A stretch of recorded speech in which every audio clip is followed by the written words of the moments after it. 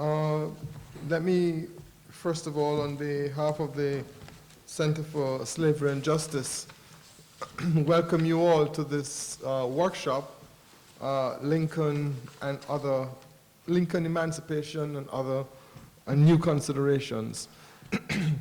My apologies first because the last part of this flu refuses to go. So I want to begin really with a note of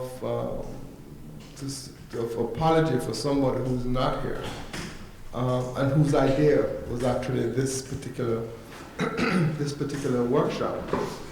Professor Philip Gould, who's the head of the Department of English, sits on the advisory council, and faculty advisory council of the Center for the Study of Slavery and Justice, along with another colleague who's here, Professor Steph Rothman from History. And one of the things that we try and do on the council is to ask different advisory members to think of projects that they would want to do. And Professor Gould came up with this idea that he wanted to do something on Lincoln and other considerations, but with scholars who were doing cutting-edge work on Lincoln. And so he, we agreed to go ahead, and the date was set and so on. Unfortunately, this morning I got a call from Professor Gould. He's very ill. When I last spoke to him, I took something 11:30 something to 12. There was a consideration as to whether or not he was going to be on his way to the hospital in an hour or two. So I want to announce that to say that I wish him well, and to make it very clear that even though this is a event organized by the Center for the Slavery and Justice, that it is really Professor Gould's idea. And really very sorry that he's not here. The event was made, the workshop was made possible with sponsorship from the Third World Center and working with us and Professor Gould to get this particular event together. What will happen is that Professor Steph Rothman will read Professor Gould's response. He just got it. Right? So I wouldn't have to read, have to do everything. And he will, do a response. It really gives me great pleasure as the director for the Center for Slavery and Justice to welcome to Brown two particular scholars, and to welcome back an undergraduate who is not a scholar. All right, just told me that, and to welcome Professor Martha Jones, who's sitting right beside me. Right? Professor Jones is a member of the law school affiliated liberal arts faculty and associate professor of history in the Department of African American and African Studies at Michigan University. She's also the co-director of the Michigan Law Program in Race, Law, and History, and Law in Slavery and Freedom Project. She's currently on leave, for this academic year, as the William C. and Ida Friday Fellow at the National Humanities Center, with additional fellowship support from the American Council of Learned Societies. Her scholarly interests reside or circle around the history of race, citizenship, slavery, and the rights of women in the United States and in the Atlantic world. She has a couple of things, books that are forthcoming. Emancipation Encounters in the Proclamations to Soldiers sketchbooks, which I think would be absolutely fascinating. I haven't read your paper. And Overturning Dred Scott, Race, Rights, and Ritual in the Antebellum United States. Our second this person on this workshop panel, and we're seeing this as a workshop panel more than as a formal set of discussions, is Ms. Kate Masur, who, Professor Kate Masur is from Michigan University, received her PhD in Michigan 2001, and is currently a professor in the Department of History at Northwestern University. She graduated from Brown, I'm not quite sure when, in history and in MCM in modern culture and media. Her book is, she's the author of the book, The Example for All the Land, Emancipation and the Struggle, over Equality in Washington, D.C. And she's the recipient of numerous awards. This is the formal things that you find on their CVs.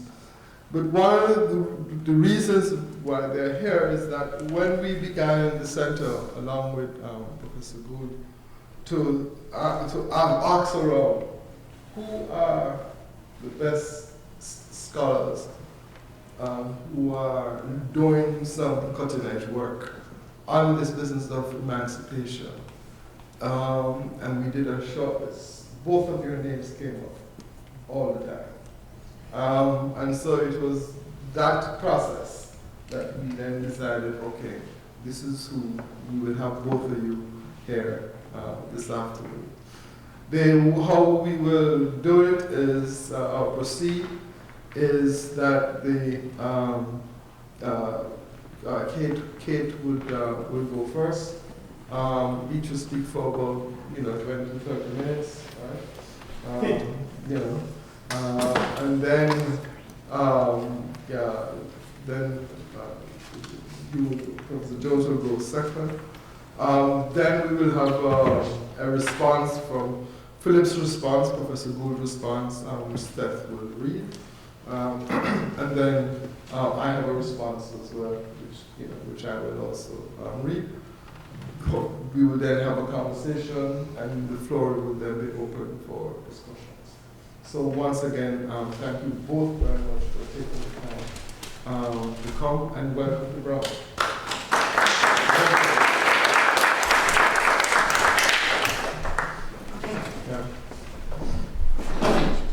I also want to thank the Center for Slavery and Justice for inviting me to be with you today. It's really a privilege, and we all wish Phil Godspeed as he recovers. So thank you especially to him for all his work in organizing this event. It's really wonderful for me, among other things, to follow my colleague and friend Kate Masur, who I admire so much. I think we share a great interest in this question about how it is that history and commemoration and memory come together. And I think both of us today are going to try and speak about the stakes in that question. Legal historians have contributed to the demythologizing of the Emancipation Proclamation.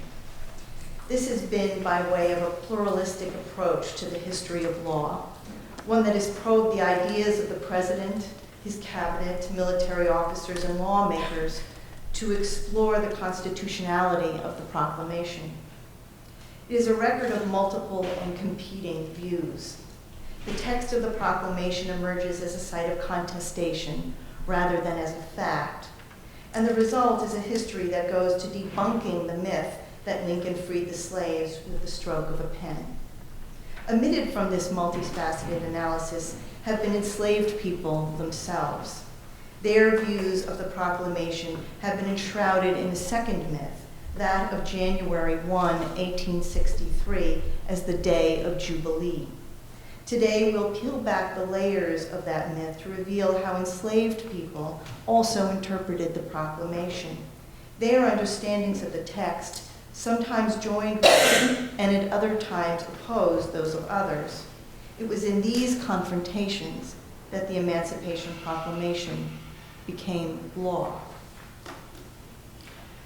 Legal historians have confronted what really is an enduring myth, that Lincoln freed the slaves with that stroke of a pen.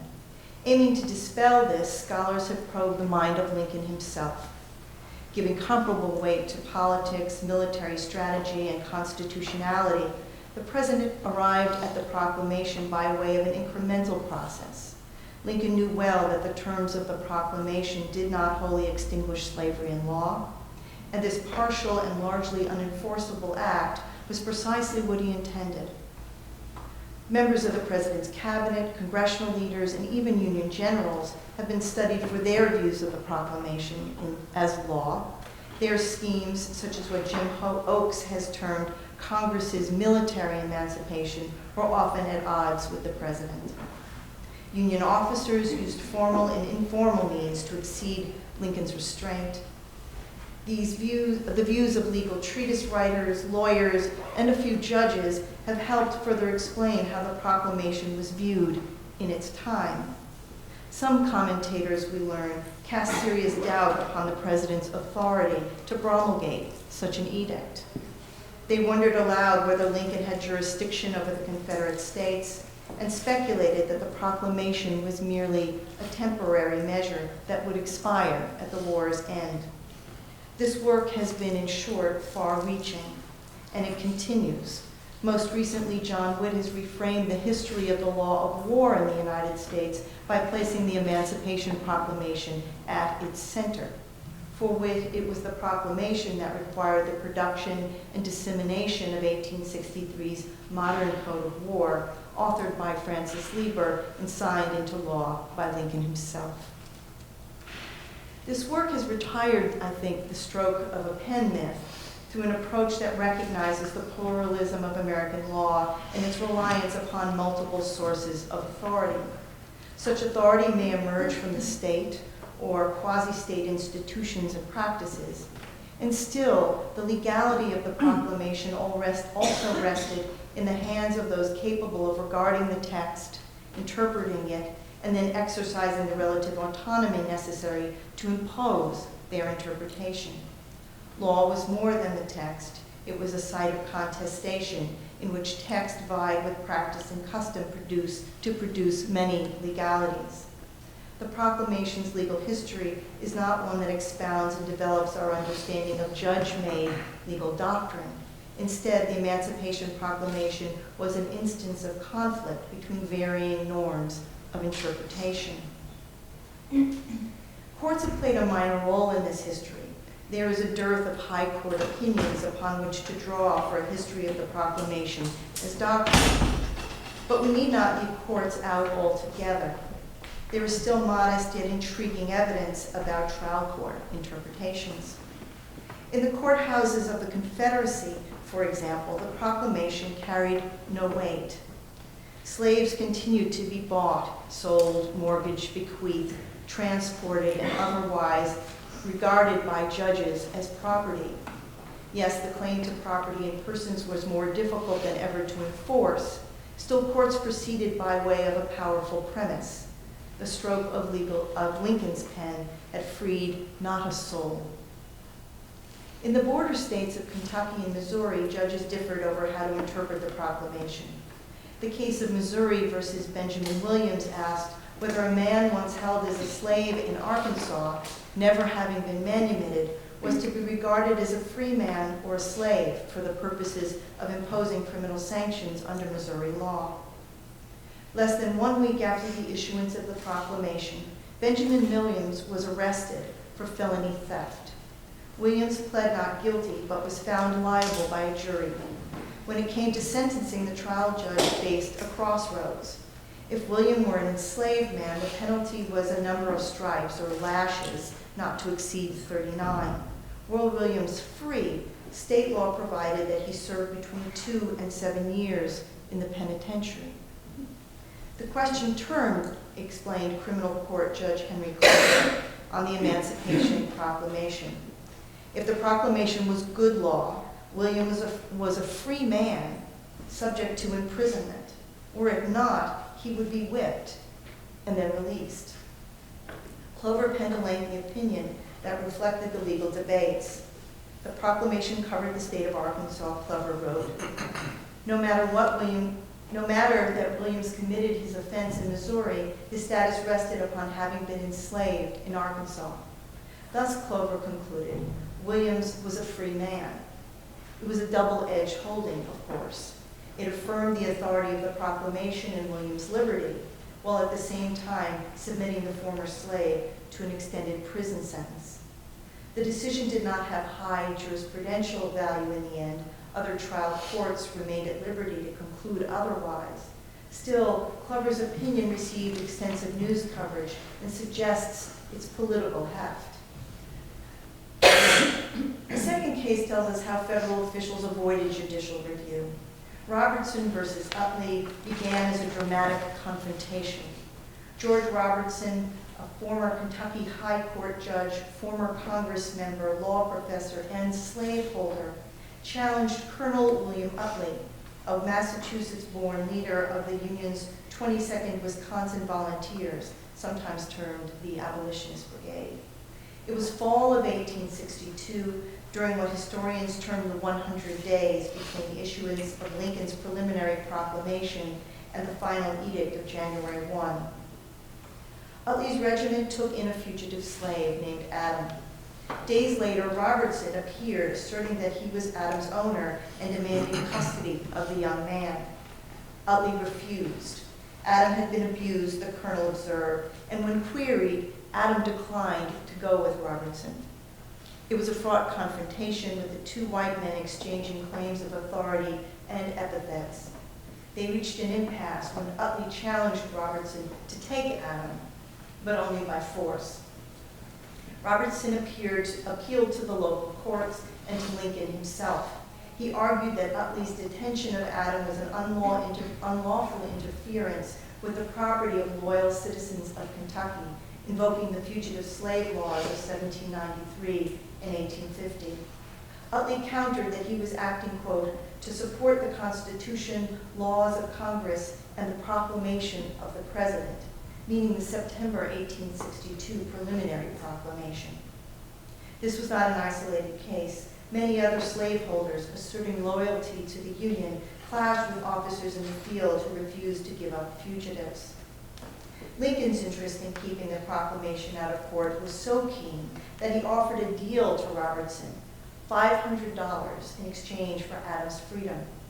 The Kentuckian refused, explaining that he sought to test whether military or civil law ruled in the border state. The case has a sort of curious ending. Utley left the jurisdiction with his regiment, while Robertson maintained his court claims until after the war. In 1871, he finally won a judgment against Utley for just over $900. The award for Robertson suggests that the court found nothing in the Emancipation Proclamation or any of the era's congressional acts that supported Utley's refusal to give over Adam. In a sense, Lincoln's concerns were affirmed. If tested, the proclamation might not withstand court scrutiny in a state exempted from its terms. Had the decision come down during the war, the political effect might have been devastating. The anecdotal quality of these cases leaves us with little more to say that when questions arose about the legal force of the proclamation, judges might conclude that it had the effect of liberating at least some slaves, as evidenced by Missouri v. Williams. At the same time, courts were unpredictable or even dangerous opponents that might conclude that the stroke of Lincoln's pen had achieved nothing at all, as suggested in Robertson v. Utley. And this analysis might appear to exhaust legal history's inquiry. But the remainder of this paper suggests one additional point of view to be explored, that of enslaved people. Men such as Benjamin Williams and Adam might come to us as silent observers of legal debates. This is, however, an artifact of the record rather than evidence that they did not have their own interpretations. Had they thought the president freed them with the stroke of a pen? Was January 1st, 1863, the day of Jubilee? Adopting the standpoint of Benjamin, Adam, and others arguably liberated by the terms of the proclamation requires us to confront yet another myth, one that explains January 1, 1863 as the day of Jubilee. Jubilee is a day of grand, enthusiastic celebration. Jubilee as a day long awaited. Jubilee as the turning point between darkness and dawn, despair and hope, between slavery and freedom. It is a powerful idea, but it is also a mythical one that implies African American ideas, their thinking, their interpretations of Lincoln's proclamation were unified, one voice, a sort of hallelujah chorus. The Day of Jubilee myth suggests that, as a matter of law, African Americans believed that with the stroke of his pen, Lincoln had abolished slavery, and that this was reason to celebrate. When we examine that day and those that surrounded it with a focus on enslaved people, we learn that their responses to the proclamation were not merely joyous. They included careful reading and listening to the words of the proclamation. They included uncertainty. Once one learned the proclamation's terms, clarification was often required. Enslaved people became interpreters of law, interpreters of the proclamation, parsing its meaning and charting their next steps accordingly.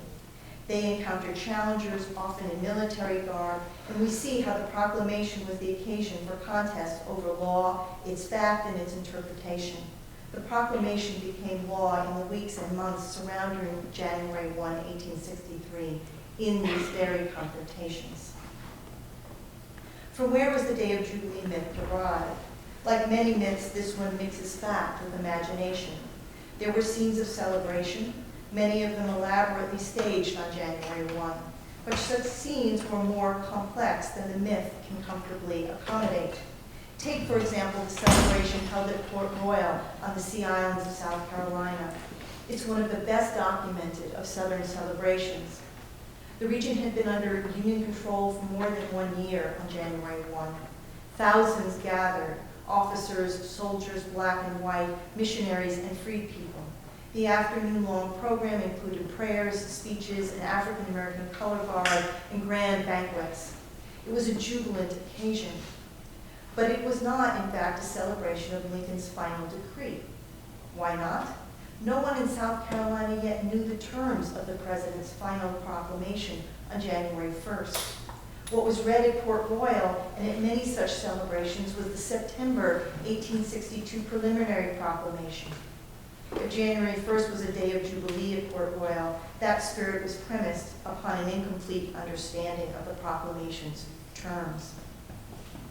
11 days later, on January 12th, Colonel Thomas Wentworth Higginson gathered his troops for a reading of the final proclamation. This engendered a subdued response, which Higginson blamed on his troops' failure to understand the proclamation.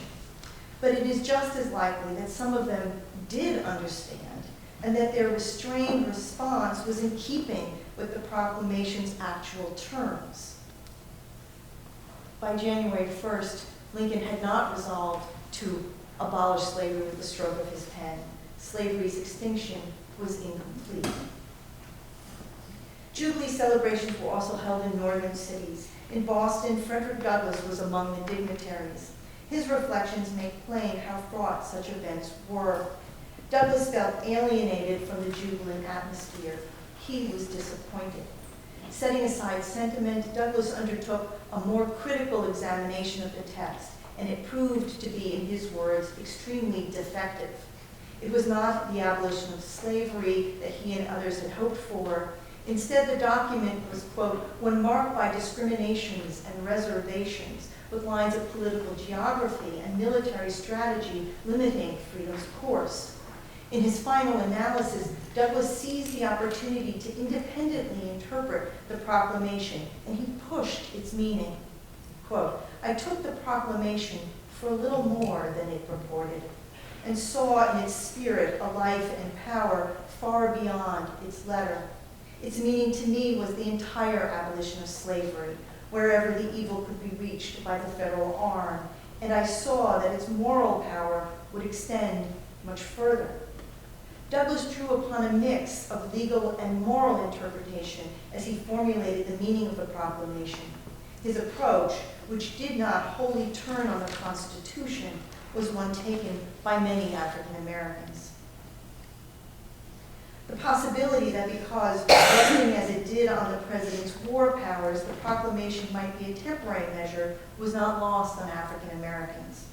Douglas speculated, along with other legal commentators, that the proclamation, quote, would become inoperative and useless when military necessity should cease. Hannah Johnson expressed a similar concern when she wrote to the president in July 1863 from her home in Buffalo, New York. Her primary concern was the well-being of her son and the other African American men fighting in the Union Army. Still, she took the occasion to comment on speculation that Lincoln might take back the proclamation. Don't do it, she urged the president. And then Johnson went on to explain the premise of her legal interpretation. She did not rely upon the Constitution and military necessity. Instead, she reasoned, quote, ought one man to own another, lawful or not? Who made the law? Surely the poor slave did not. Those who had been excluded from the making of laws, such as slaves, were perhaps not bound by them.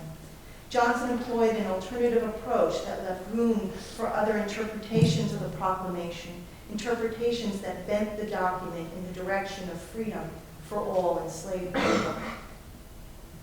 When African Americans in the South confronted the proclamation, they too endeavored to discern its meaning.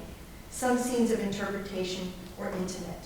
In cabins and in fields gathered as families and communities, explanations of the proclamation passed between enslaved people. Booker T. Washington recalled in his memoir, Up From Slavery, how he first heard the proclamation as a child in Franklin County, Virginia. Quote, a man who seemed to be a stranger, a United States officer, I presume, made a little speech and then read a rather long paper, the Emancipation Proclamation, I think. After the reading, Washington and the other enslaved people gathered were told that we were all free and could go when and where we pleased. The meaning to Washington was not wholly clear. He was 9 years old, and it was his mother who leaned over and kissed her children while tears of joy ran down her cheeks. But then, Washington continued, she explained to us what it all meant, that this was the day for which she had long been praying.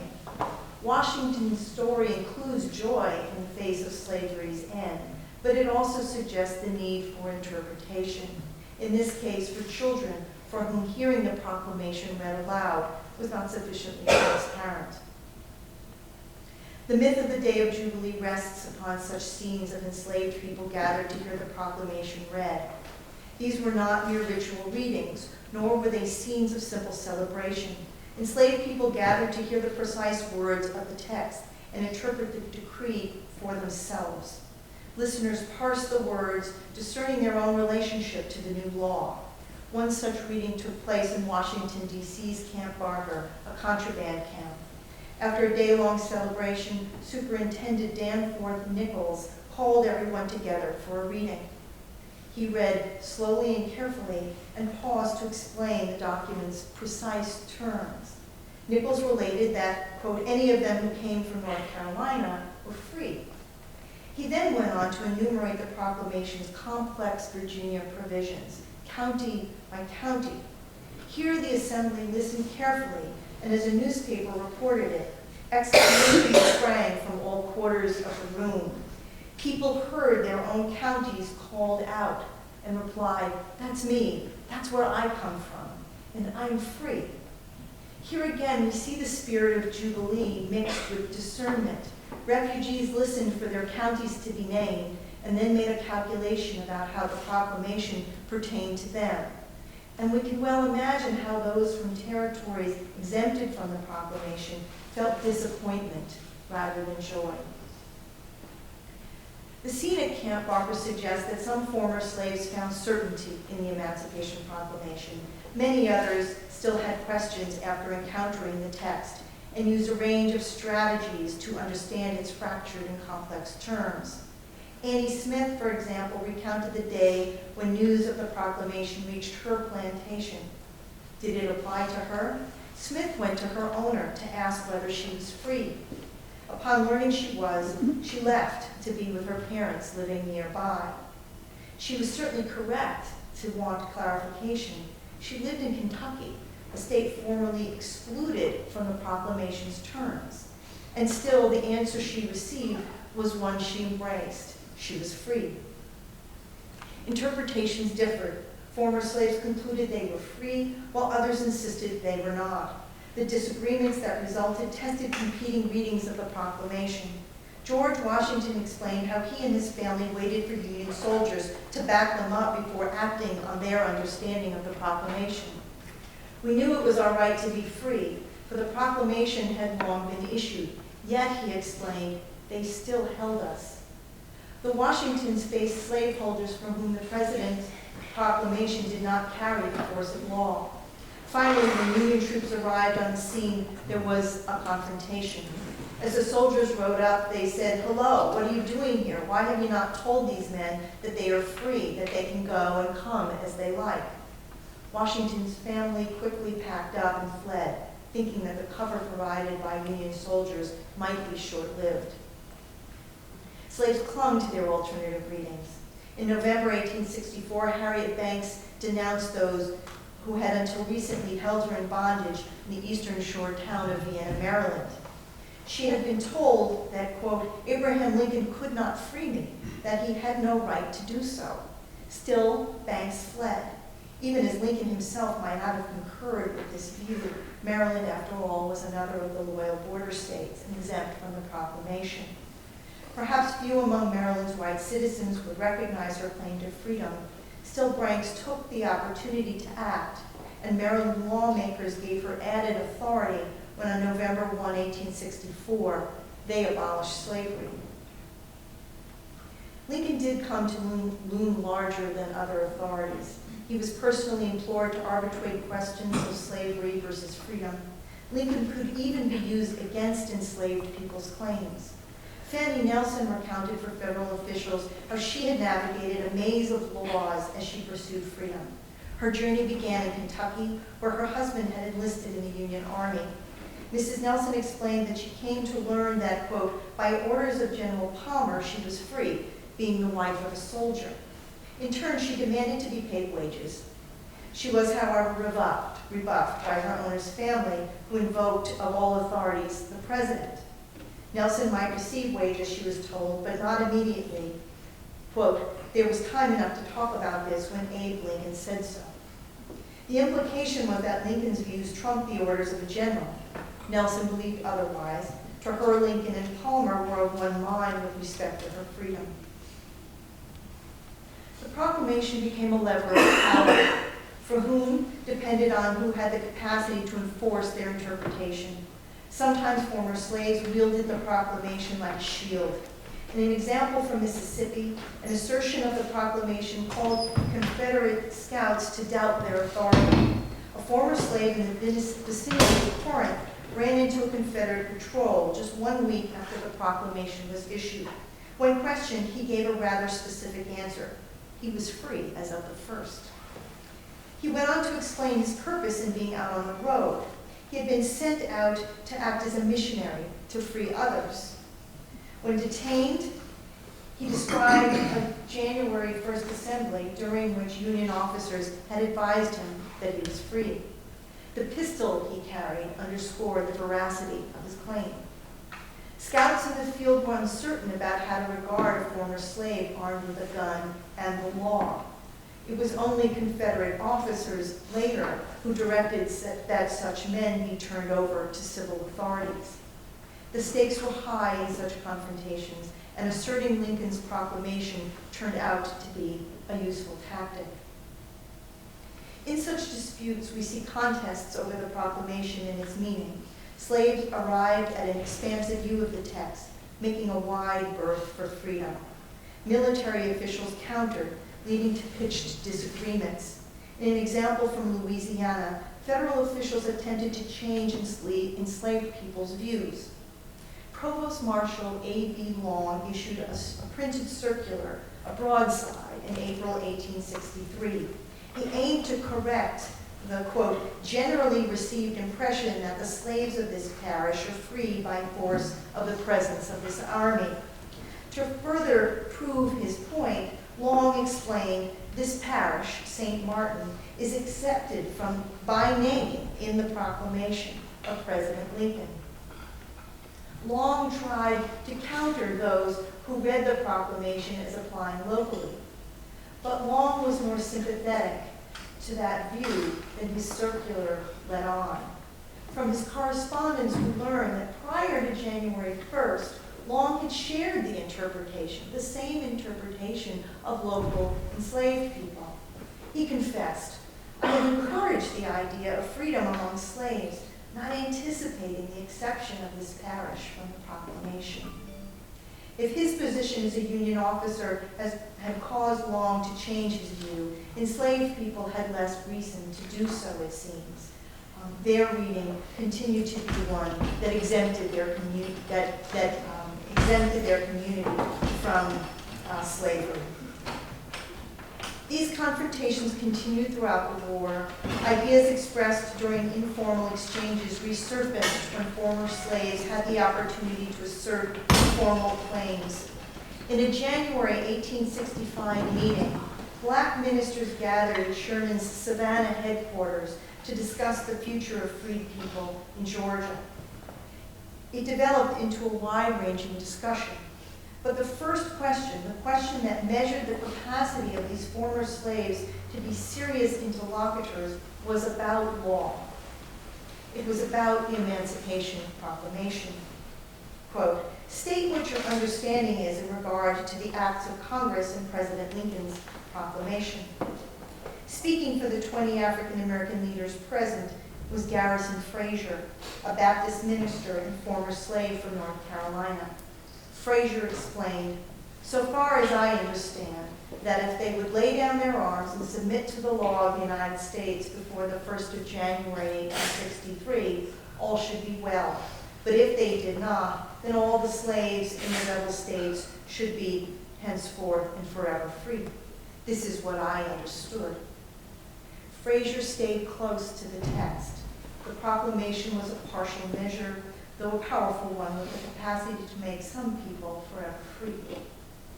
When encouraged to expand on his understanding of freedom, Frazier went on, quote, "Freedom promised by the proclamation is taking us from under the yoke of bondage and placing us where we could reap the fruit of our own labor, take care of ourselves, and assist the government in maintaining our freedom." Here, Frazier further evidenced his astute understanding of the proclamation. Freedom, labor for wages, and government service in the form of military service had all been provided for in the President's proclamation. Frazier conveyed nothing of the spirit of Jubilee. The challenges of freedom demanded legal understandings, more so than myth. Remembering the Emancipation Proclamation does not rest upon myths. Instead, or at least it need not rest upon myths. Instead, the story of the proclamation is fractured, contingent, and contested. Instead of the stroke of a pen, we find an incremental act whose constitutionality was doubted even before it was signed. Lawmakers, pundits, treatise writers, and generals all contributed to the legality of the proclamation. We should not be surprised to find slaves contributed to these deliberations. Justice Stephen Hahn has explained the contours of enslaved people's politics, and Dylan Penningroth has recovered their ideas about legal concepts such as property. We find in the history of the Emancipation Proclamation the ideas of African Americans who developed their own interpretations of this text. Their legal history cannot be contained within a mythical day of Jubilee. Underneath many of the African American celebrations of January 1 was ambivalence and uncertainty. Underneath the footsteps of the thousands who took the occasion of the proclamation to flee were careful readings and calculations. Marking the 150th anniversary of the Emancipation Proclamation opens debate about the past. January 1, 1863 does not stand out as a singular event, the commemoration of which silences the past. Instead, we can recover the rich, albeit messy story that was the Civil War and emancipation. Retelling that process resituates the proclamation as history rather than myth. Thank you very much.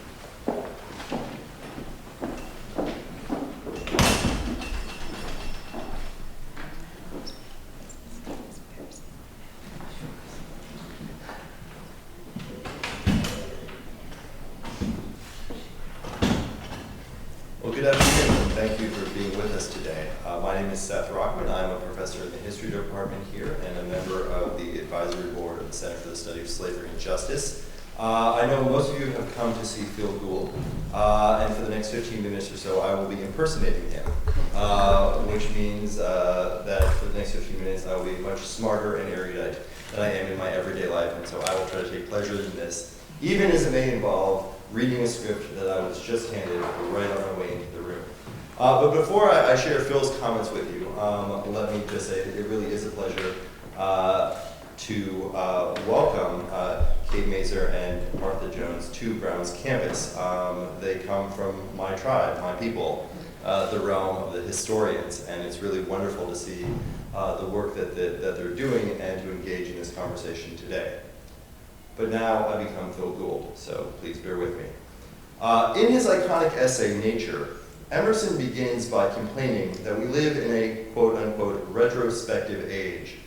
We build sepulchres to the fathers, he says. We are constantly looking backwards into the past for guidance, and it stymies critical thinking, he argues, and somehow makes us feel secure at the same time. We get complacent. Today's two papers by Kate Masur and Martha Jones are indicative of what might be called our, quote, meta-retrospective age. And what I mean by this is that we become self-conscious about the problematic traditions and ramifications of commemoration. We become not merely complacent, but complicitous. Both of these presentations operate from the mindful position that cultural acts of remembering require a critical edge in which the very terms of history and memory are themselves under scrutiny and even interrogation. This becomes especially important in light of the iconic status of Lincoln in general and the Emancipation Proclamation in particular. These scholars' respective approaches to this occasion, one an analysis of the so-called history that contemporary and popular media have to offer, and the other, a historiographic expansion of emancipation into the granular level of microhistory, each suits the larger intellectual and institutional goals of Brown University's newly created Center for the Study of Slavery and Justice. In my brief remarks this afternoon, I want to consider the ways in which their distinctive concerns manage to speak to one another and to us in this setting. It is altogether fitting and proper that we do this, as Lincoln said in his address at Gettysburg. Specifically, I want to pursue the critical relations between aesthetics and politics, between history as the subject of study and the forms and methods we employ to approach and analyze the subject. I'm using the term subject for its deliberate ambiguities in order to try to call attention to something like Abraham Lincoln or the history of emancipation as phenomena that are always mediated by the forms and assumptions through which we choose to contemplate them. The scholarly work presented today announces its awareness that Hollywood films or Jubilee celebrations lend themselves to reconsideration of what Jones calls myth and Masur discusses in terms of popular cultures. That awareness immediately puts pressure on the commemorative act and leads us, I'm arguing, to maintain as much as possible a bifocal lens through which to simultaneously see 19th century US history and our own contemporary historical moment. To this end, Masur's intriguing choice of comparing Birth of a Nation with the Spielberg-Kushner collaboration in Lincoln forces us to historicize the act, any act of historical representation. How does film play with history? How different are the producers and consumers of films produced almost exactly a century apart? Her work skillfully puts the film Lincoln in striking contrast to and in a thoroughly equivalent position with perhaps the most notoriously racist bestseller, so to speak, since Uncle Tom's Cabin. And Phil asks at this moment, is that novel guilty of that critique? And this is something that will be returned to under the rubric of racism momentarily.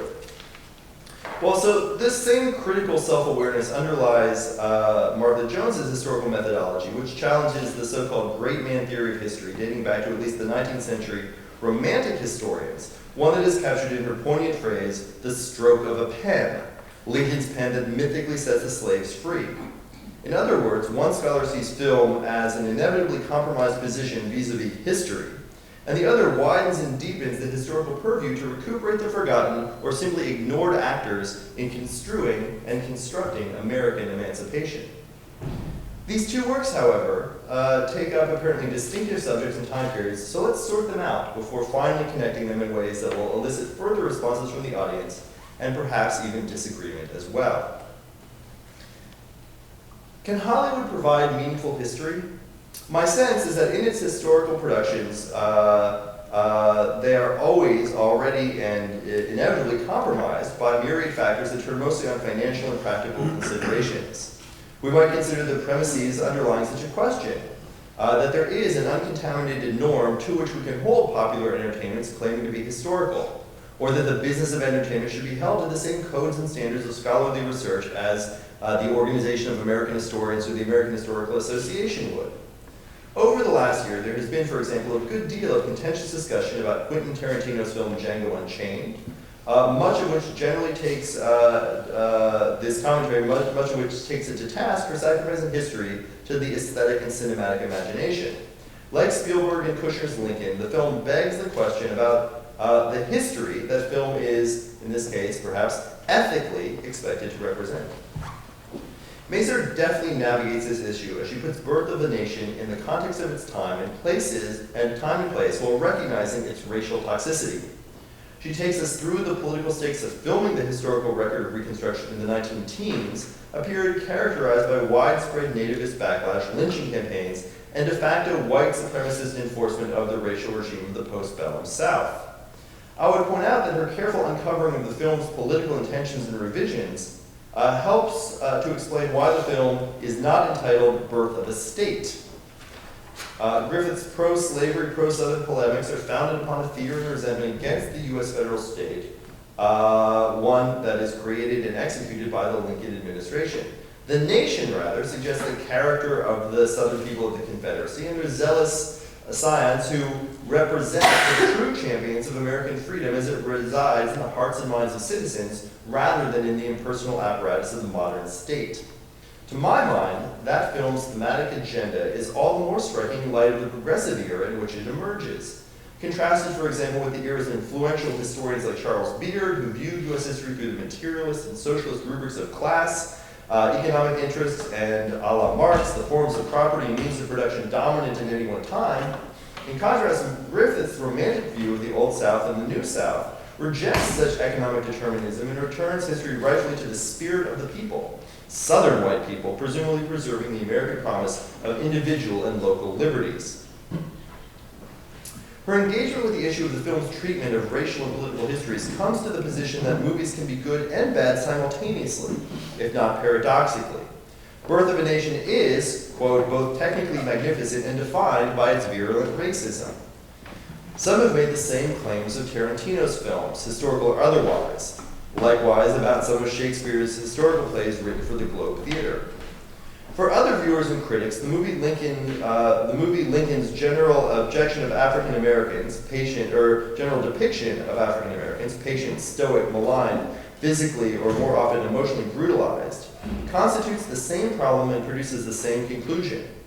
It is reasonable and cogent, and yet it also leaves dangling whether or not aesthetic forms and political content have any meaningful relationship to one another. When does a so-called really good film compensate for its really bad history? Either through deliberate distortions, as in the cases of Tarantino, or obtuse elisions, as in Kushner and Spielberg's Lincoln. Keeping them distinct would seem to keep us sane. That is, keeping distinct good or bad history and good or bad art. Masur's work goes on to make the brilliantly unexpected claim about the ironic thematic resemblances between these two films. Birth of a Nation unsurprisingly defamed the radical Republicans who oversaw the brokering of New Nation in the aftermath of Lincoln's assassination. Here is where I believe recent theoretical accounts of the relation between aesthetics and politics can help lead us, if only partially, out of the problematic dead end of good movie but bad history. The theorist Jacques Rancière, for example, imagines aesthetics as in effect making the domain of the political legible and even comprehensible.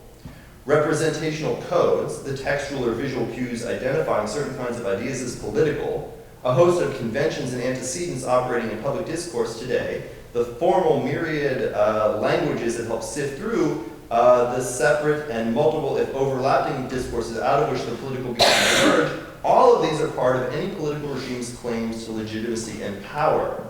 So before critiquing and debating politics, in other words, we have to be able to identify and come to widespread understanding about what constitutes the political itself. This is crucial in the Kushner-Spielberg film at the climactic moment when the film makes its most strident endorsement of the value of political pragmatism. Hollywood does not like the Tea Party, that's my working premise here. And in this crucial scene, Tommy Lee Jones, playing the powerful Republican Thaddeus Stevens, who Masur shows as Lincoln's political foil throughout the film, is melodramatically grilled in Congress by his Democratic Party enemies about his belief in the full equality of the Negro. While the public and press look on, and we didn't see this clip here, Stevens knows that the passage of the 13th Amendment eradicating slavery is hanging in the balance. At this moment in the film's plot, indeed in the U.S. national plot, uncanny turns of what is not said really come to the fore. Stevens' true beliefs are silenced, rather he silences them. That silence is absolutely necessary, the film suggests, to U.S. democratic politics, its ability to fulfill, in Lincoln's term, the great experiment in democratic republicanism. To repress the truth, to silence deeply held principle, to let silence do the practical work of legally and constitutionally eradicating slavery, privileges ends over means, expediency over extraction, compromise over ideology, practical shrewdness, embittered as it may be, over the theoretical isolation of principle. It is one of the great liberal moments in modern American films. It teaches a kind of political literacy and makes our politics legible and credible to ourselves. The halls of Congress, the violence of speech, mutual agony dictated by political pragmatism to fulfill the enlightened objective. Lighting, shifting camera angles, the extended close-up of Jones, the crescendo of the not spoken. The film's cinematic technique produces what I'm arguing is its political climax. Indeed, the category of political speech is legible in that silence. And one cannot help thinking about historical drama as producing both democratic literacy and the freed black subject who is not at all entirely free at the same cinematic moment. Martha Jones's impressive excavation of the micro-histories of emancipation might be said to provide the other story that recovers the kind of subjectivity normally elided in the commemorative event. This is the history of emancipation that the harshest critics of the Kushner-Spielberg film complain it ignores. The archives Jones has analyzed reveal an immediately living Emancipation Proclamation, one that is subject to interpretation, interrogation, and strategic adaptation by those who had the most to gain or lose by the document's political meaning. It transforms black subjects residing in the liminal space of uncertain freedom from the frustrated or grateful recipients of Lincolnian largesse to active agents of U.S. history. They become the interpreters of the law. What we might easily once have believed was jubilee and celebration, and the biblical overtones of that Old Testament term are certainly in keeping with Lincoln's own understanding of biblical and national histories, now instead become a kind of clarifying revisionary jurisprudence.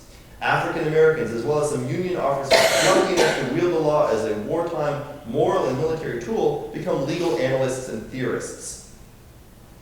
Think of the spatial ramifications of this new story. The law is no longer consigned to courtrooms, but rather democratized and disseminated among, and this is a term that is popular in the American Revolutionary period, the people out of doors. What Jones deems the multiple sources of legal authority dramatize the larger critical stakes of this project, the pluralism of American law. So what would a film version of Lincoln and Emancipation accounting for this history look like? What would we call it? Lincoln the prequel? How would its cinematic techniques and visual codes have to accommodate this version of emancipation's alternative understanding in the space of law and politics?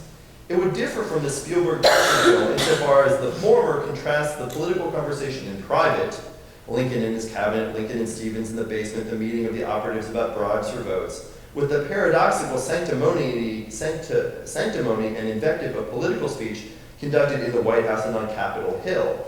This version of emancipation would visually and symbolically remap the different forms of legal political speech. Public and private would adjust accordingly. Dialogue identified as political would infuse different sorts of social and public space. The figurative space of law would be virtually everywhere except for perhaps Washington, D.C. And as an aside, wouldn't Ted Cruz and Sarah Palin enjoy that? This democratized that's in Phil's version, by the way. This democratized political space on screen would be simultaneously turbulent and pristine, making politics commensurate with the formerly nameless and newly named, transforming the very category of judge or jury, and submitting the voices of the folk for the silence at the heart of Lincoln, the film. Thank you.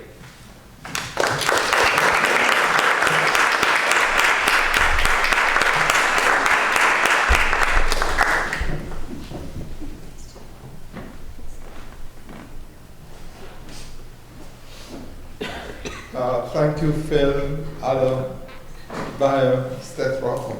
Thank you. I want to, in making my brief remarks so that we can get to discussion, focus primarily on the second paper, Professor Jones's paper. I want to begin with the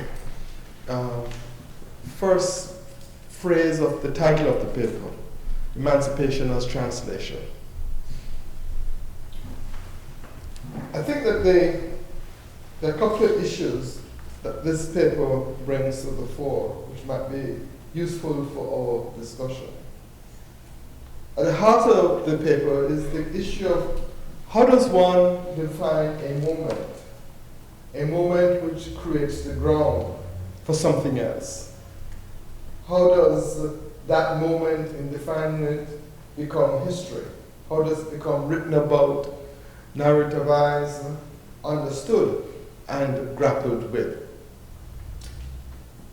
Professor Jones begins her paper with a discussion of the Haitian anthropologist's book, Michel Trujillo, Silence in the Past. Raul Trujillo's book, written in 1995, is written out of a preoccupation about the Haitian Revolution, the ways in which the Haitian Revolution was unthinkable for Western scholarship, and the way in which revolution was also unthinkable as it happened, a kind of impossibility. Trujillo's particular conception about and his preoccupation is really around not just the revolution, but as she points out about commemorations and how commemorations become sanitized. But I would also want to suggest that there is a way in which commemoration depends upon actors, depends upon a set of meanings. And also in the processes of commemorations, different versions are created. And in the process of the creation of these versions, what happens is that memory works. And in the memory works, what I think happens is that a particular event becomes a marker. And it becomes a marker because it opens a door to another possibility. Because it opens, if you wish, it moves beyond the same to create a new normal or the possibility of a new normal. What I think is intriguing about emancipation is the kind of way it is not structured as a radical event. And here I mean both emancipation in the United States and emancipation in the Caribbean, that is in the other parts of the Atlantic world, that become known as abolition. And what to me is fascinating is that there's a way in which even before the emancipation process in this country, that actual slaves were celebrating August the 1st and that August the 1st was seen as a day of Jubilee as well for the slaves in the Caribbean. But it was seen as a day of Jubilee not because it marked the end of slavery, but because I would argue it marked a particular opening of a door. And this is this business I want to think about, that the ways in which we might want to think about these things, and particularly how they become myths, is not that they create rupture, but they actually open a door, and people are actually trying to walk through that particular door. So what Professor Jones's paper does is to think about these elements of myth, of legend, and history, and try to, if you wish, parse and work them through to make us begin to understand that there is some kind of relationship, if you wish, this is how I read the paper, to each other. The paper dissects or gives us a very important legal history of of the moment. The ways in which, if you wish, that the question how different people, judges, etc., interpreted the actual moment itself. I don't know if I'm calling this moment, not emancipation, but moment. But I think very importantly in the paper is the case of the slave, state of Missouri versus Mr. Benjamin Williams, and the way in which he talks about the actual forms of punishment that were available to the law at that moment. That if Mr. Williams was free, he could get 2 years. If he was a slave, he would get 39 lashes. And what I found interesting was, Professor Jones says, it is interesting is that his lawyer argued for the 39 lashes. And I paused when I was reading that for a moment and thought to myself, if I was Mr. Benjamin and had the possibility to be free, I would actually take the lashes because that's something I'm accustomed to, and that would be over, rather than taking 2 years, which would put me in the pen, and I've lost 2 years of freedom.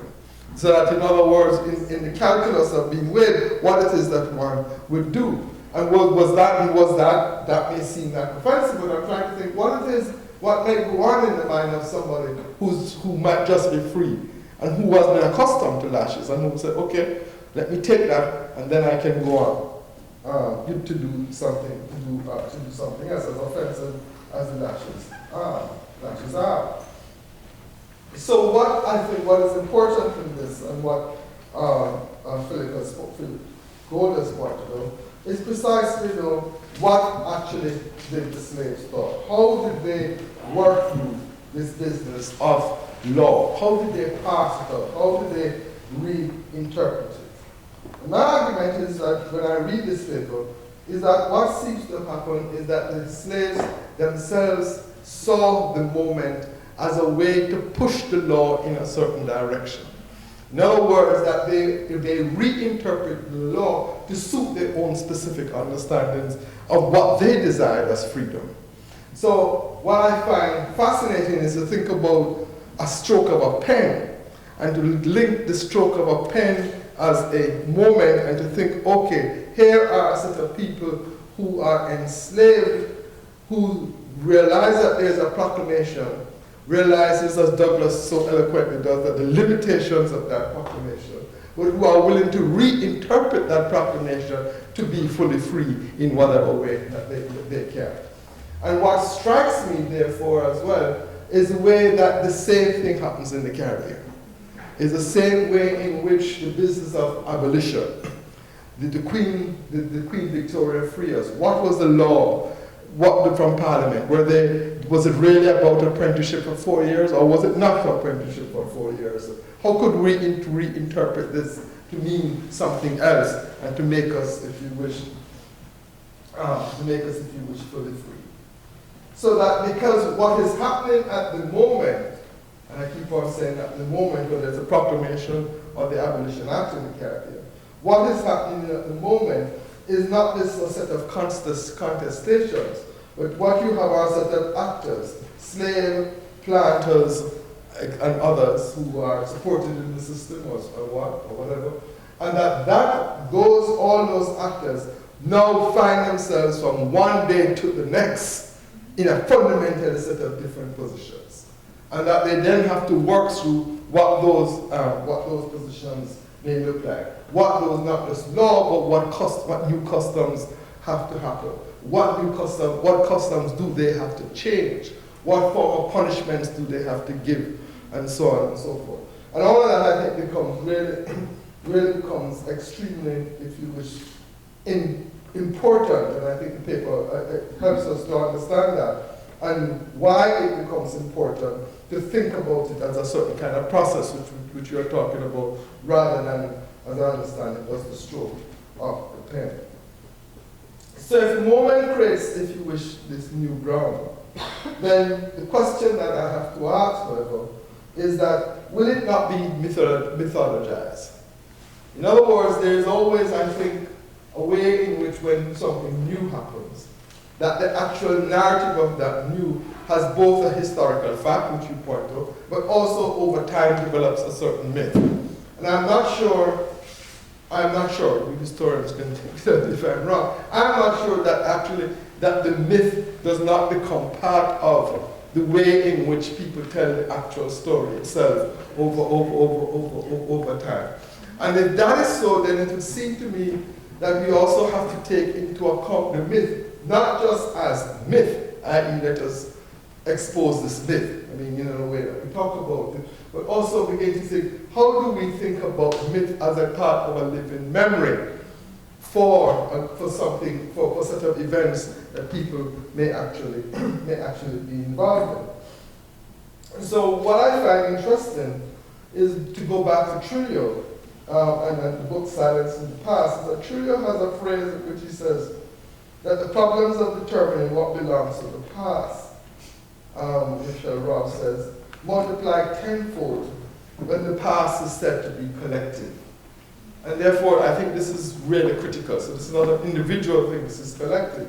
And in addition, I would add that this question, therefore, of the myth and the memory and remembering of the myth then becomes equally important when it is not just a collective, but when the past is one of trauma, or what I like to call historical catastrophe. So, okay, how do all those things? In other words, how does one write this history in ways in which one does it from the standpoint of the enslaved and from those who are now free, when they are moving from trauma and historical catastrophe into something else, into some new ground that has been created. And this, it would seem to me, is really the question, the heart of the question that is posed in Professor Jones's paper. And therefore, it would suggest to me that in trying to think through these questions of the emancipation process, that the myth and legend and biblical injunctions really become really very important in the way people saw it. And every time I think of this, I can't help but go back to W.B. Du Bois's Black Reconstruction and the chapter, The Coming of the Lord. And the way in which he attempts to think about, somebody who's anti-religious, everybody knows that. I mean, you just have to read what he thinks in Song of Songs. But the way in which he begins to think of what it is the slaves themselves thought of the freedom.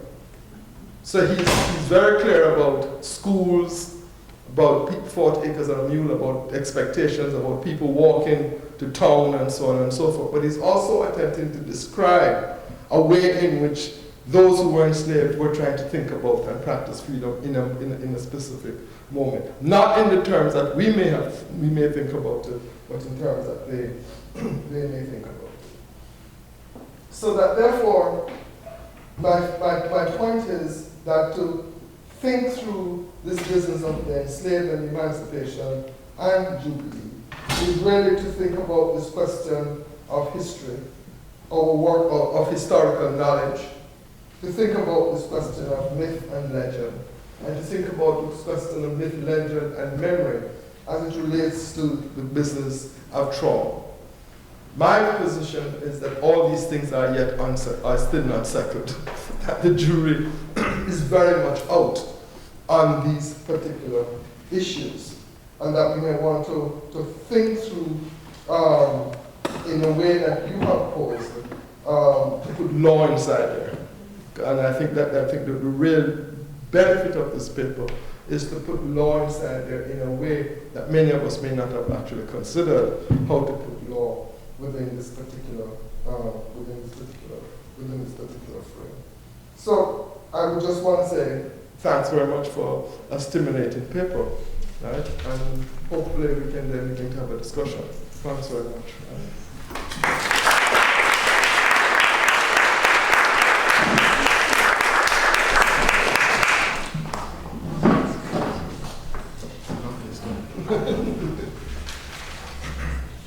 Please, questions and answers.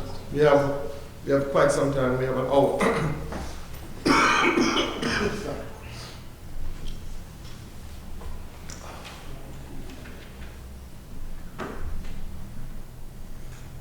Yes, please. Professor Masur, I was interested in the absence of Johnson in both the films and how that might play into interpretations and how interpretations might differ from the absence of President Johnson. That's an interesting question.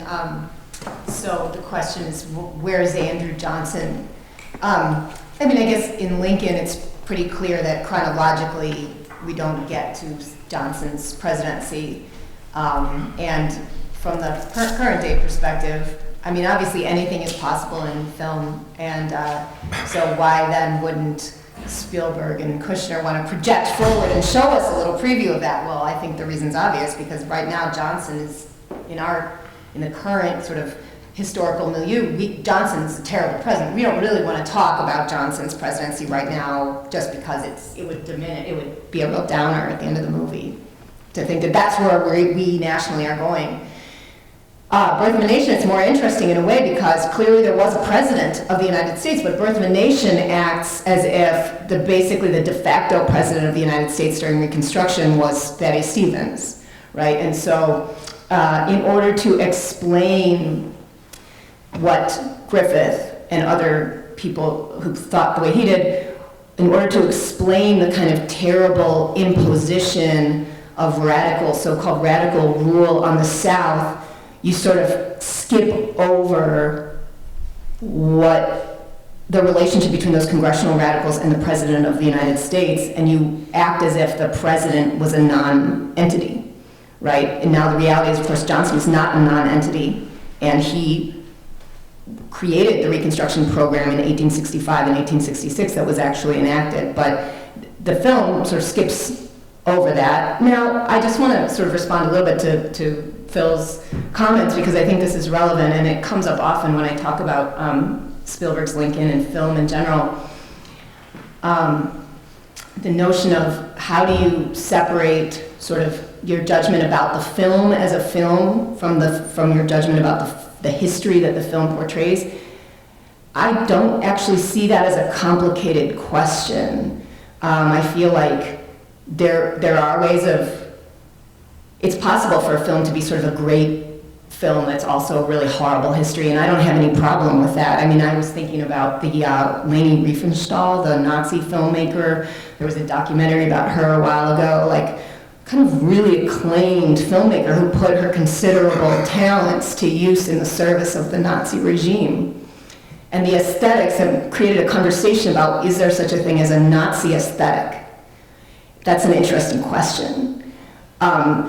So I think the question is, from my perspective as a historian, the question is not so much, the issue is not holding to films to a standard that a professional historian would hold them to. The question is about the kind of ideologies, the discourses that films contain, and it's about, and this is where critical judgment comes in, things I learned at Brown.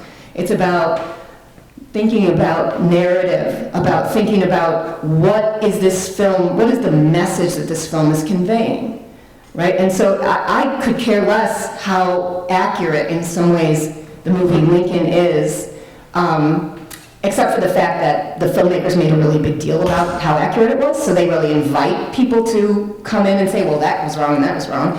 But really what I'm more interested in is what are the narratives that we're taking away from this, right? What kinds of messages is it creating? And I guess in a way you could talk about that as historical memory or myth making, if you want to use that same vocabulary.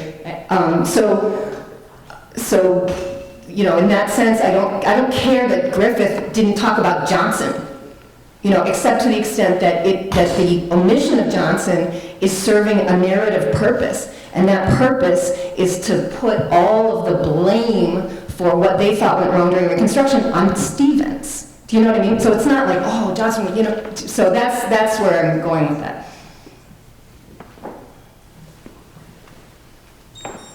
Please, comments? Can I ask you about the film then? And you had a query about the scene between Stevens and his and Lydia Smith. And I actually don't think the scene is gratuitous or just inside there.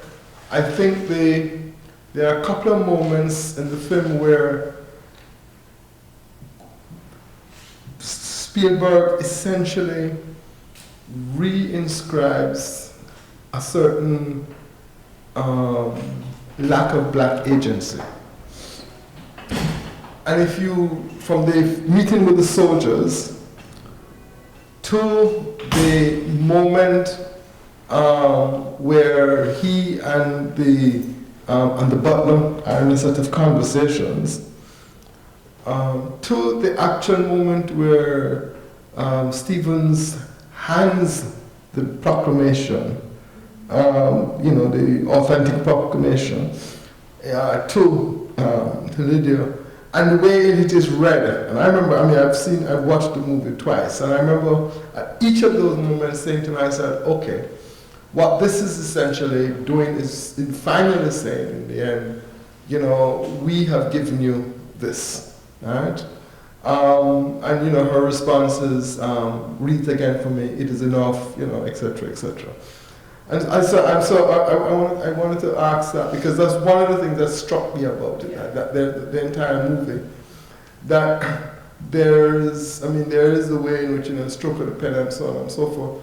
But there's also, if you're talking about that particular period, there is a way in which we're going to be historically accurate.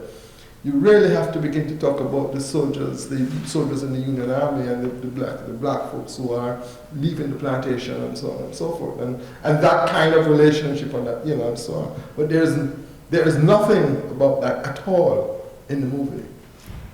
Yeah. So that film, that scene with Lydia Smith, I think is just really weird, and I think the film overall represents freedom as a gift given by white people to black people, and that scene embodies that argument because he literally brings it home and gives it to her, and clearly it's serving that purpose. It's also sort of revealing the racial radicalism of Stevens, the true racial radicalism of Stevens that he has to suppress in order to get the amendment passed, which is the scene that Phil was talking about. But I also think that, but you could do those things without bringing Lydia Smith in, right? So the question is, why is Lydia Smith in there? And I guess it's just so resonant with Birth of a Nation. It's such an inversion of Birth of a Nation that it sort of invites the question, or it would be so tempting if you were Spielberg and Kushner to say, hey, and like since Stevens is going to play a big role, let's put Lydia Smith in there and show that that they had a really great relationship and that she was a wonderful person as opposed to an evil conniver. And so, yeah, so I completely agree and wrote some things about the passivity of the black characters in Lincoln. And so in this paper, I didn't want to go back over that ground. But, suffice it to say that the characters William Slade and Elizabeth Keckley, who will both play minor roles in that film, were real people who, in reality, were incredibly active in Washington's black community. who were organizing for freedmen's relief. Slade was pushing Lincoln to enlist black men. Slade signed a petition for black men's voting rights in 1864. And so there's a whole other sort of set of things to be said about the movie and the black characters in the movie. Yeah.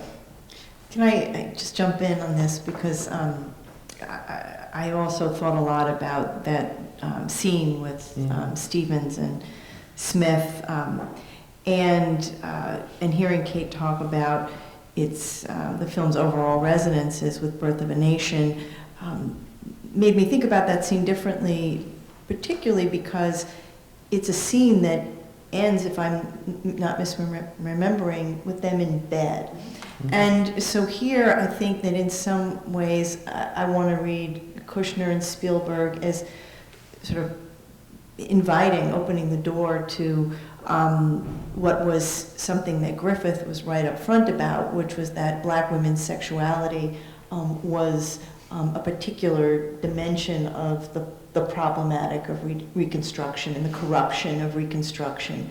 And while Spielberg and Kushner scene is much more domesticated, it's gratuitous, right, that we have to see them in bed with one another in the end. And I think it opens the door to that same kind of titillation.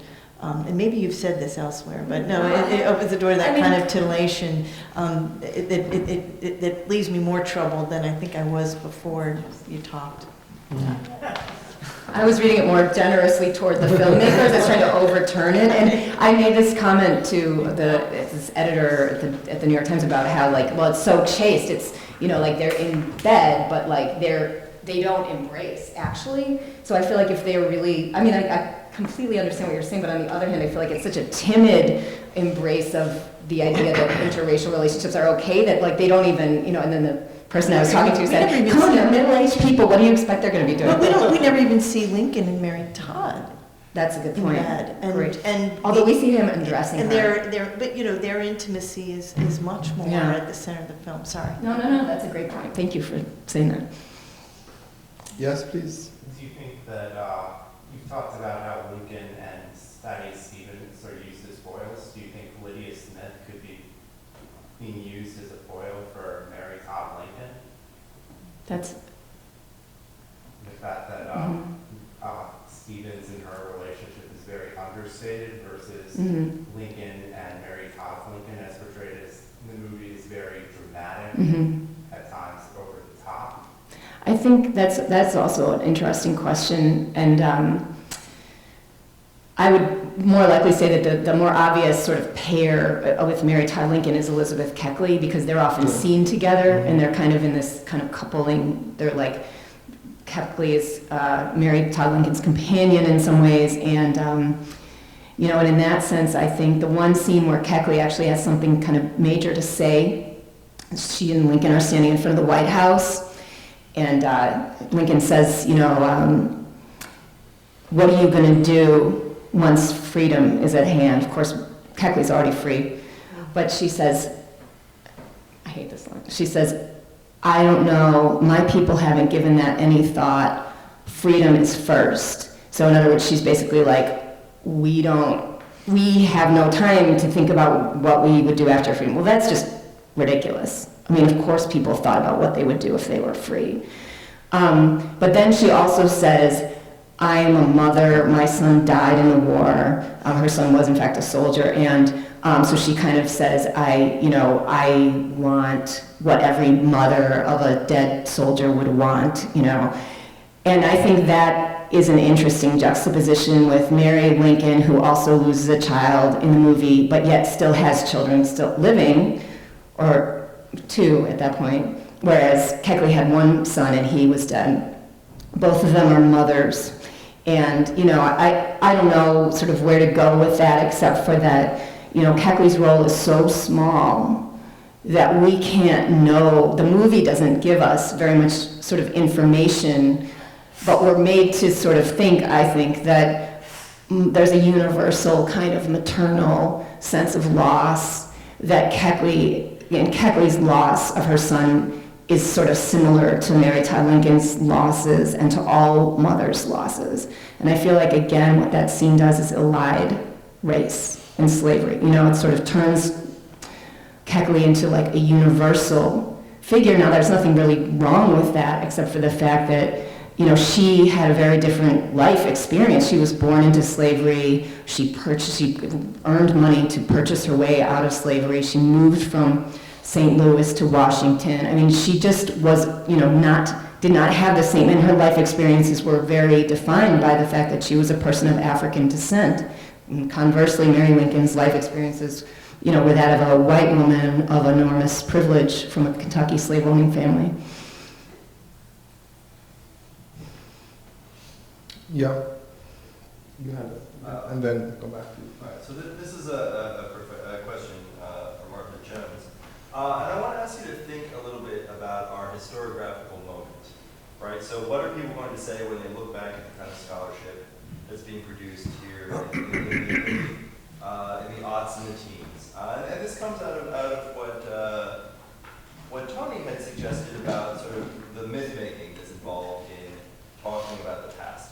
So we're at this moment where it seems to me that we are obsessed as historians with sort of the concept of intrapolitics, of sort of the art of not being governed, of the ability to create a mishear, of the capacity to use rumor constructively. I mean, this is basically creating, in some ways, a mythology of how colonized or people living under repressive regimes have organized their politics in the absence of formal institutions. And it's very, very powerful, and it's very compelling, and I love it. But I'm wondering if you... I'm not convinced you love it, by the way. I do. Not a bit. Continue. I totally love it. So my question is, I mean, do you see, as you sort of see what's going on in the field, that in fact this is becoming sort of a predictable trope or a mythology that might exist in the absence of certain kinds of evidence? Do you worry that we are embracing this too much, and this will become one of the ways in which we are caricatured 50 years or 75 years down the road? So, I think, first off, the debate that I think you haven't fully sort of owned between, on the one hand, agency and on the other hand, structure, is one that I'd like to think this sort of work speaks directly to, which is to say, I don't think in good history there's an either-or choice to be made, that we're going to somehow give ourselves over to some mythical notion of, call it infrapolitics, call it agency, call it what you like, on the one hand, or we're going to explain the past by way of structure and formal structure and power on the other. So I don't buy that dichotomy, though I know you didn't fully frame your question in those terms. What I think this, so the big picture for me is a sort of history that tries to hold on to those two sorts of questions simultaneously and can talk on the one hand about law as structure, as in the problem of a proclamation issued by a president under questionable circumstances from a constitutional perspective, and at the same time can ask a question about how enslaved people thought about that proclamation. I think you can hold those two things together, and it might or might not be productive, but for me it was productive in this piece. I think where I can't go with you, however, is to suggest that somehow the material that I've drawn upon here, we can disagree about my interpretation of the material, but to think that the material that comes out of either the work of the Freedmen's and Southern Society projects, work in the National Archives, or out of the narratives of former slaves, or other kinds of sources, is somehow myth. Right? We can disagree about how to read this material. But to think seriously about it, I don't think is in any way privileging it in a way that's any more problematic than any other kind of material we might study. So maybe I misunderstood your point. If my question came across as remotely critical of your work, then I did a terrible job of asking my question. It's okay. Because in no way was I seeking to challenge your findings. I was hoping to ask a pretty honest question, simply about what I see scholars of our moment, and I include myself in that group, in the work that I'm writing, are doing as they think about how we tell the story of resistance to oppression. That's all I want to attain in asking that question. So perhaps I asked it poorly, in which case I apologize. No, it's okay. It's really okay. Can we take, the hands are going up nice, right? So can we do 1, 2, 3, and then come back to you, sir, since you got your chance already? Yeah, please, sir. I'm sort of interested in the historical time that Birth of a Nation came out, and obviously there was all over the place. I believe it was banned in some places. How radical were the commentations on it at the time? Because it was a lot closer to the heart than we are now, and probably feelings were a lot stronger back then. What went on when it came out? Well, I should say, first of all, that several books have been written about this, so I am just going to be talking about what I've read about the reception of Birth of a Nation. First of all, I don't actually think it was banned. If it was not frequently. It was protested against, and the NAACP had been created, I think it got off the ground in 1909, and it was just sort of in its infancy. And so one of the first things that the NAACP did actually was, that did in a kind of very organized way, although centered in New York City, was to draw attention to the sort of inflammatory nature of the movie and to attempt to get it not shown. Now, they were largely unsuccessful, as I understand it, and the reason has to do with kind of free speech issues. And so their argument, as I mentioned really briefly, was that it was an incitement to racial violence, an incitement to violence, period, of a racial variety, so that it wasn't just speech, it was the notion that people are going to get so riled up at this movie that they're actually going to go out and try to hurt African Americans. Now, we know that 1919 in that era, it was not a kind of crazy thing to think that a crowd of white people getting whipped up about some kind of sense of grievance against black people would actually go out and do very, very destructive things. In general, in the courts found that it was, that was not a valid argument, and that this was the, free expression of a filmmaker's art or whatever. And so there were protests, so people kind of picketed in front of the movie in some places. But again, let's not exaggerate here. I mean, it was protested like that with picketing in New York, possibly in Chicago. It was enormously popular, that movie. And it's just stunning to read. I actually checked out a book from the library that is a compilation of critical reaction, critical meaning like what was written about the movie. And it's only really the black press that's saying that it's a problem. And across the board, North and South, people hailed it not just, and again, to get back to Phil's thing, not just as a monument in American filmmaking, but also a remarkable interpretation of history. History, actually I won't quote so there's a story which appears to be not true or not verifiable that Woodrow Wilson, who was president, said it's like history written in lightning. Yeah, yes, he did. Well, people say that he didn't say it. Now it's not clear whether or not he actually said that. But that was the general sentiment anyway, even if Wilson didn't say that, was, this is like this stunning, it's not just that we're so impressed by the cinema of it, but we're so impressed by the history here. And, but part of what's interesting to me about that is that in some of those reviews, like in places like Atlanta and other, kind of places in the South, but urban metropolitan places in the South, the reviewers also gestured toward the controversy.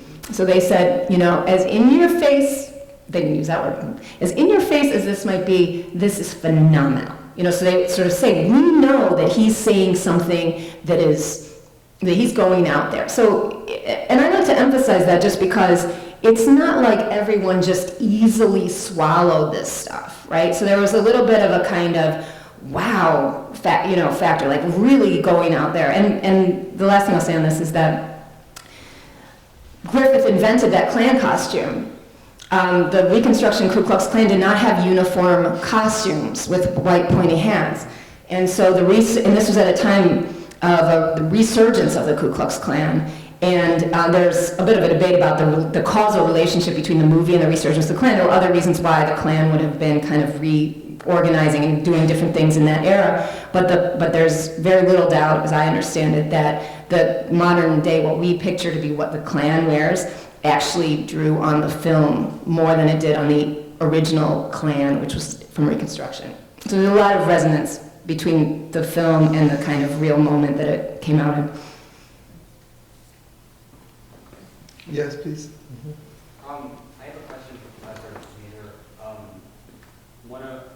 To me, one of the most compelling points of your presentation, or moments, was when you called Thaddeus Stevens stunningly naive in his belief that emancipation on the level of voting rights and citizenship would lead to structural emancipation, or emancipation writ large.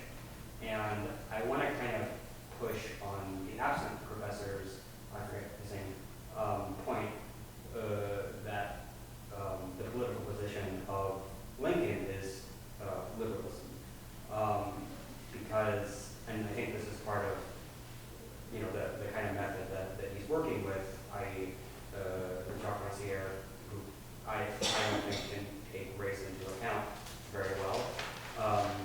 But so if you're tying the birth of a nation, which I mean has more or less a white nationalist political position, to Lincoln, which, as the absent professor claims, has a liberal political position, then, but if you're making if you're drawing what do you call it, synchrony between the two films, then what is the interaction there between liberalism and white nationalism?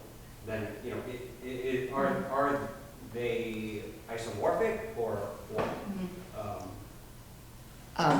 I think that question is at the heart of a lot of what I work on in everything that I do. What did you say? Yeah.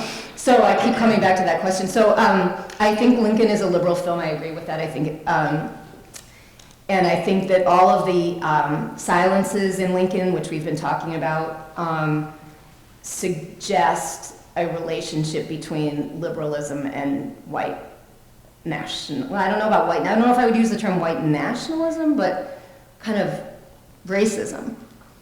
I don't think the film Lincoln is trying to kind of galvanize the white race as a race. I really don't. And I do think Birth of a Nation was doing that. So I want to make sure that I'm very clear that I'm not saying that they're one and the same. I don't really think Lincoln is like a white supremacist movie. But I do think that it suggests some of the ways that, and liberal is a very complicated term, of course, but like that liberal imaginations, liberal imaginings are often founded in a kind of history that privileges the kind of state leadership that is not very attentive to kind of what we would call bottom-up history, the kind of history that Martha was doing, and that it's just that the exclusions are so remarkable, right, in the film Lincoln, the blindness of the film to these kind of questions about the dynamism of emancipation. You know, it makes you think about this question. But I also think what I'm trying to get at in this paper is that even if Lincoln, the movie, is not nearly as racist and white nationalist as Birth of a Nation, that these narratives linger on. And that's why I thought what you were saying about with respect to Trouillot and myth-making was equally applicable to my paper, because, you know, it's like, here in some ways is a movie that's meant to overturn and oppose Birth of a Nation. and yet it re-inscribes some of the same myths, right? So we are in a moment of kind of knowing better, and yet here's this thing that's circulating that's kind of redoing a lot of the pernicious things on a different level. And so, I don't think I'm not trying to say that they're one and the same, but I'm just trying to say that there are these uncomfortable kind of echoes and kind of adoptions coming in that we need to kind of take account of. Patricia? Hi, yes, thank you very much for your papers. I have two questions for Professor Jones. I really enjoyed your paper. I work on very similar issues concerning commemorative occasions related to abolition and emancipation, though in a very different era, the so-called first emancipation in the North. And a lot of these issues that you raised are so eerily candid. For example, the import assigned to these legislative events versus their actual effects, as well as how these occasions had both the imbrication of mourning as well as celebration. Mourning that the event, is not yet complete, but a celebration that it opens, as Professor Ball said, it opens the door. It becomes a condition of possibility for freedom to be accomplished. And one of the questions that I wanted to ask is, did you find in any of your research that formerly enslaved people or slaves were making a distinction between emancipation and abolition, and if they indeed felt that this emancipation was defective because it was not abolition? And so I'll give you a couple of examples. So for example, when I look at formerly enslaved people in New York celebrating New York Abolition Day, which they do on July 5th instead of the 4th, because the 4th being the national holiday, not only is it too violent for Black people to be in public, but for them, all of the effusive praise of freedom is just too much to take on this day, because freedom is not yet complete. And so in the same way that you said that one formerly enslaved person said that freedom was extremely defective, you find some of the same comments about this defective freedom, whereas because it emancipated slaves, but it did not make a distinction between the rights of slaves and free people. So you have a bodily emancipation, a legal emancipation that does not abolish slavery, because those categories and relations are still intact. Or someone like Frederick Douglass saying that what you need is the entire abolition of slavery. You also had Black Northern abolitionists like Hosea Easton saying that you need an entire reversal of the system of slavery, and that the spirit of slavery survived in the form of prejudice and things of this nature. So that's all of that is to say, do you see that any types of remarks that emancipation is defective because it is not abolition, because you do not have this, because the relations that made slavery possible are still left intact, particularly maybe thinking about Black subordination to white governments?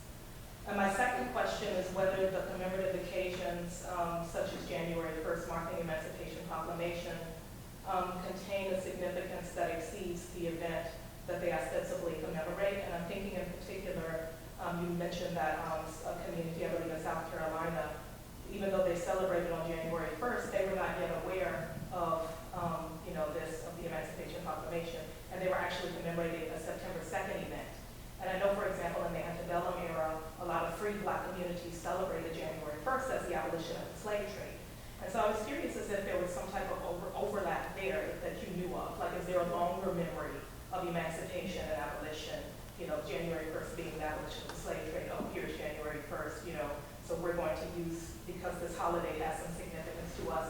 And just because in Black communities more generally, there, at least as I can see, there tends to be a tendency of, like I mentioned with July 5th for abolition in New York, or the fact that a lot of people in the North didn't celebrate abolition in the North, they actually celebrated West Indian Emancipation Day. They said, so we're not yet free. So if there's something else behind the significance of choosing that date that's tied to, I guess, a longer memory. Thank you for those questions and for that really careful reading. Let me try the first question. I think the answer is yes, and I think you can hear that most clearly in Douglass's reflections on the proclamation, right? That and that disappointment, right, in how incomplete it is, right? There's a lot of anticipation about what Lincoln will actually do on January 1st. right? There's a preliminary proclamation on September 22nd, which broadcasts his intentions. One of the differences between the two texts is that while Lincoln has foregrounded that he indeed will exempt rebel territories, we don't know what those territories are until January 1st, and so it's part of the ways in which we get both disappointment and confusion. But I think Douglas has or wants to hold Lincoln to an even higher set of expectations, and that is the wholesale abolition of slavery, and that I think is his disappointment. And so I think the other way I think we can see your point is around the question of whether or not the proclamation will in fact have the force of law once the war is finished. And that is not a question that's exclusive to African Americans at all. They are very much asking the question that other sorts of legal commentators are also asking. And it is a question that is of first instance, right? Which is to say, they don't have an example on which to draw to gauge, right, what the force of such a proclamation might be at the war's end. And we never learn the answer, if you will, right? Because in fact, the war ends and the Union is victorious, and we move forward to the 13th Amendment. And the proclamation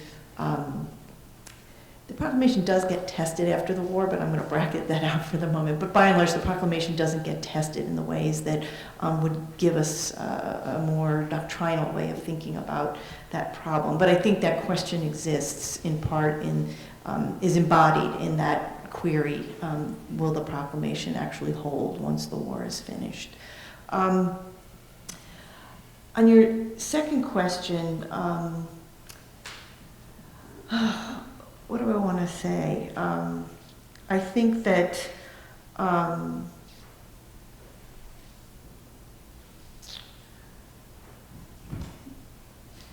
help me remind me what your question was. I was asking about whether... Oh, yes, of course. Yeah, sorry, I wrote a note, and now my own note is illegible to me. So I think it's a fascinating, I should say, this is my first pass at this material, and so I'm really very grateful to everybody for the discussion around it, because giving me a lot of food for thought about where to go with this piece. And I'm deeply compelled, as a general matter, by a project that tries to connect this long history of emancipation and abolition, beginning in the North and coming forward to the Civil War era. But I hadn't actually thought about, or I hadn't looked for, if you will, signs of the ways in which people might be invoking, whether it's West Indian Emancipation Day or abolition in the North, or the abolition of the slave trade. So it's a great question for me to take away. And I'll say that, as one sometimes does when giving a paper, it's all too easy to elide the things that you haven't worked out yet. But I'll confess at least one of them, which is that even in these moments that are very tightly linked to January 1st, 1863, there is already, I think you're right, there is some kind of myth that's either already operating or being constructed in this moment.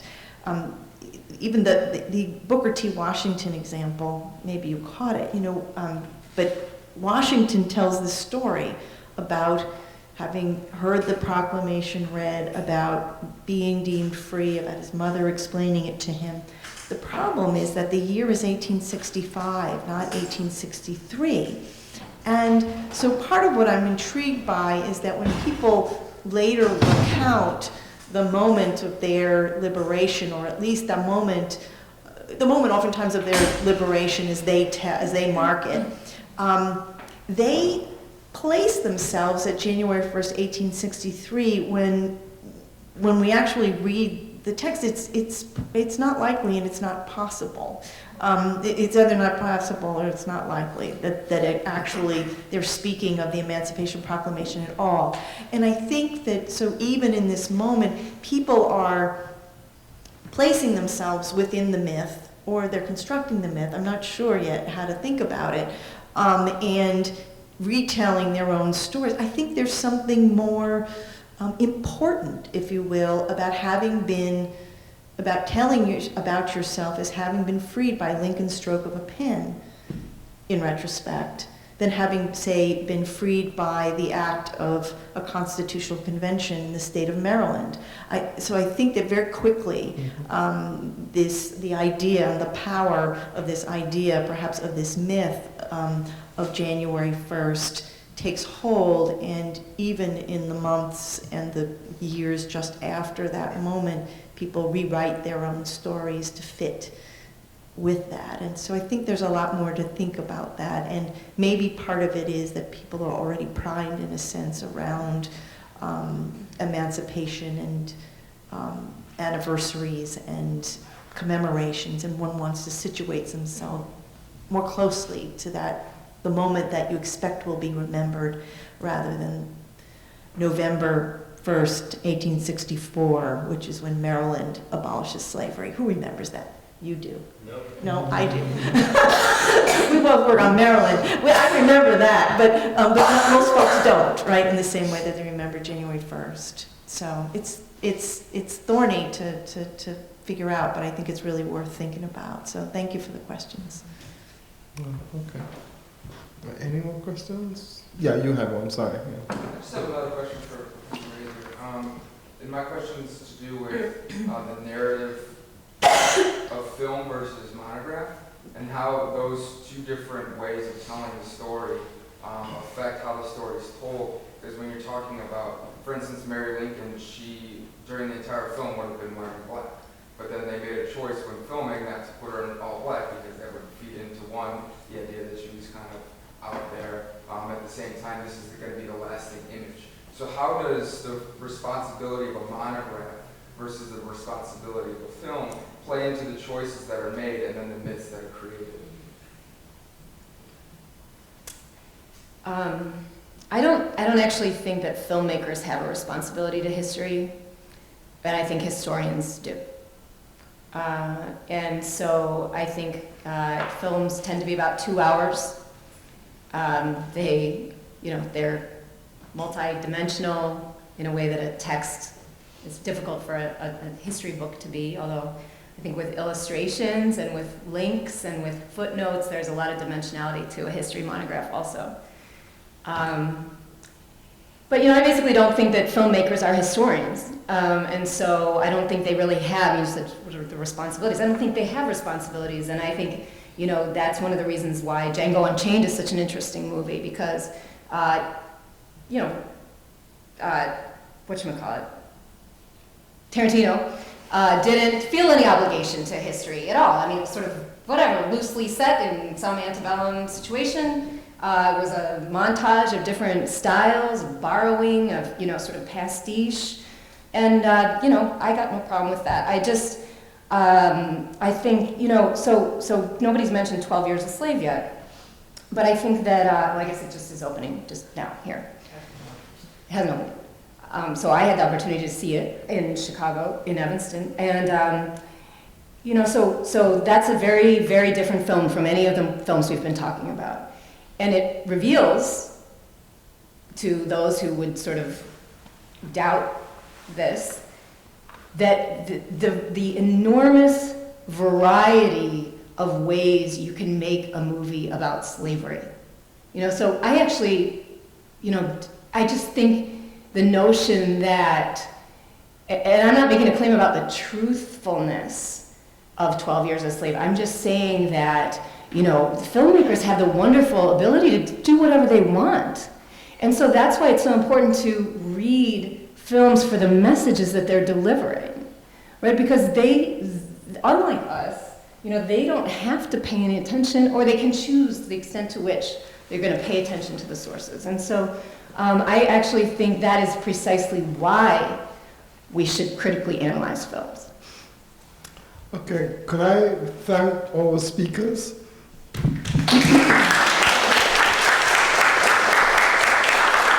As well as thank the audience for participating. Really much thanks to Professor Rockman for standing at the last moment for Philip Gould. Thank you very, very much for this workshop.